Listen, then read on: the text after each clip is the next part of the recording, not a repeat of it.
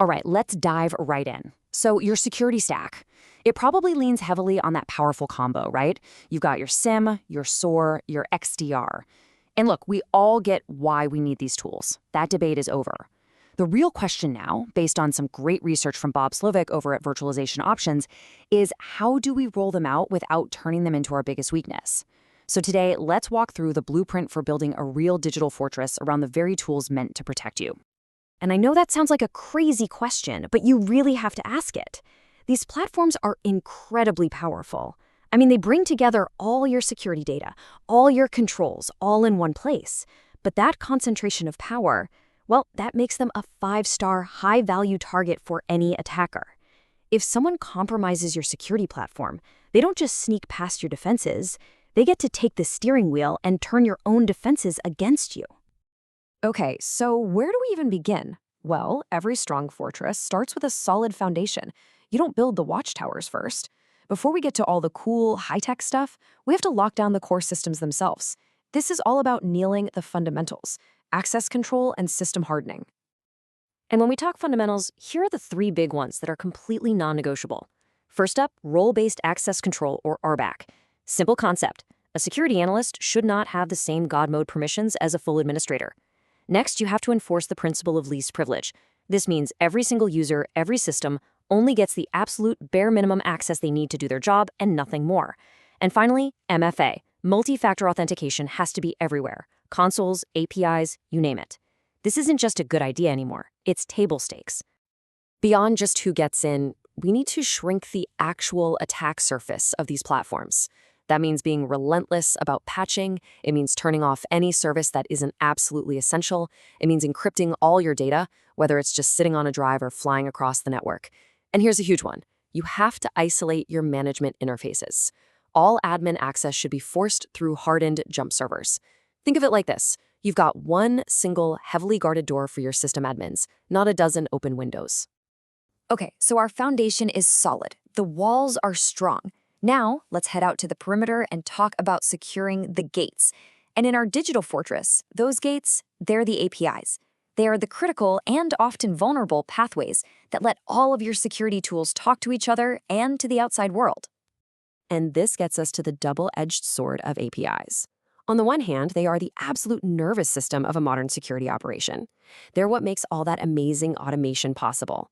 But on the other hand, that makes them a massive glowing target for attackers. You know, a single compromised API key could be all an attacker needs to completely blind your security team or quietly siphon off all your sensitive threat data. And this isn't just some theoretical threat. Look at this real-world example. A developer makes an honest mistake and accidentally pushes some SOAR API keys to a public GitHub repository.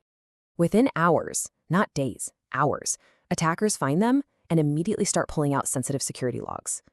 You know what stopped it from being a total disaster? An automated monitoring tool that flagged the unusual activity.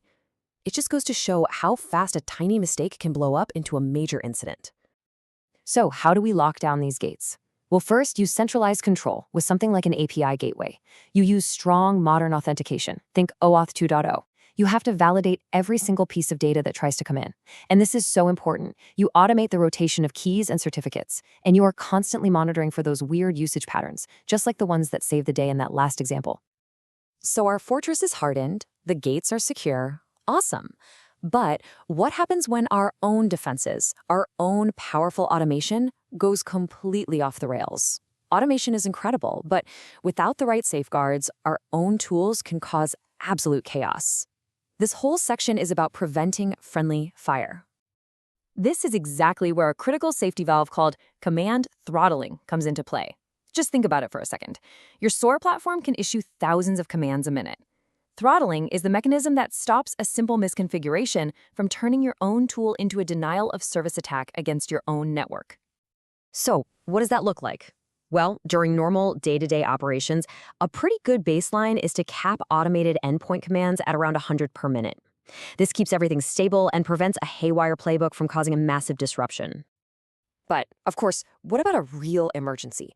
When you've got a confirmed active incident on your hands, you need to move fast. So you can have a pre-approved emergency rate, maybe something like 500 commands a minute. This gives you the speed you need when it really counts, while still keeping some essential guardrails in place. And if you need proof of why this matters, just listen to this story from a retail company. A simple logic error in one SOAR playbook started telling the system to isolate every single endpoint it touched. The impact? Over 5,000 point-of-sale systems went completely offline during peak business hours. Total disaster.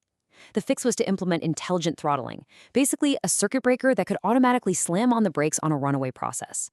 The result was a 75% drop in downtime from these kinds of self-inflicted incidents. So far, we've been talking a lot about specific tactics and tools. Now I want to zoom out a bit and talk about the overarching philosophy that should govern everything that happens inside our fortress, and that's the doctrine of zero trust. You know, the core idea of zero trust is actually really simple, but it's profound. It's never trust, always verify. It completely demolishes that old, outdated idea of a trusted internal network. With zero trust, it doesn't matter if a request is coming from inside your network or outside. Every single request to access a resource has to be authenticated and authorized every single time. So, what does this actually look like in the real world for your security platforms? Well, it means integrating them with your main enterprise identity system. It means you're not just checking who is logging in, but you're also checking the health of their device before you grant access. Use things like microsegmentation to prevent an attacker from moving around if they do manage to compromise one small part of the network. And you use just-in-time privileges, so an analyst only gets elevated access for the specific task they need it for, and not a single second longer. Okay, let's pull all these threads together. It's really easy to get excited about all the amazing things these new security platforms can do. But if we overlook securing the platforms themselves, we can accidentally transform our strongest defensive asset into our single greatest liability. And this quote from Bob Slavic at Virtualization Options just hits the nail on the head. He says, "Success requires prioritizing the fundamentals. It's not about just buying the shiniest new tool, it's about the boring stuff, the robust access controls, the secure APIs, the hardened systems. That's what makes the entire structure actually work." So the crucial thing to take away from all this is simple. As you're building out your security operations, as you're integrating these amazing tools, you have to take a long, hard look at your foundation. Your SOC is your last line of defense. It is your digital fortress. And the question you have to ask yourself is, are you building it on solid rock or are you building it on sand?